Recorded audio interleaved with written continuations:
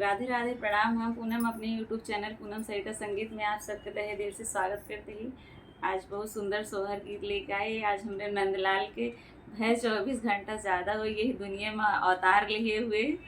तो आप सब आज दूसरे दिन के सोहर सुने और कैसे ला कमेंट में ज़रूर बताइए और हमारे नंदलाल के ऊपर आप सब खूब सारा प्यार और आशीर्वाद बनाए रखें।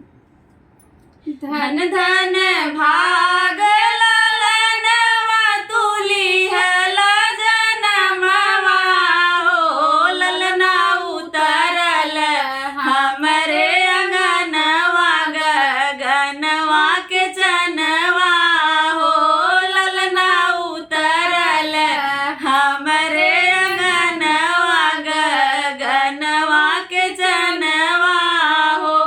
धन धन भाग ललनवा तुली हला जनमवा हो, ललना उतरल हमरे अंगनवा गगनवा के जनवा हो, ललना उतरल हमरे अंगनवा गगनवा के जनवा हो। माइया के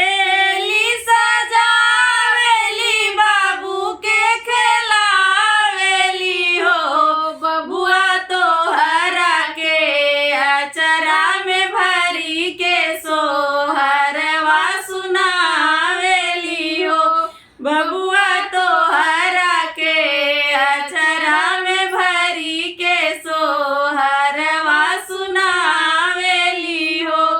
आज के दिनवा ना जाने करेला काहे मनवा हो, ललना अपने गोदिया में लेके खिलाई हम आपन ललनवा हो, अपने गोदिया में लेके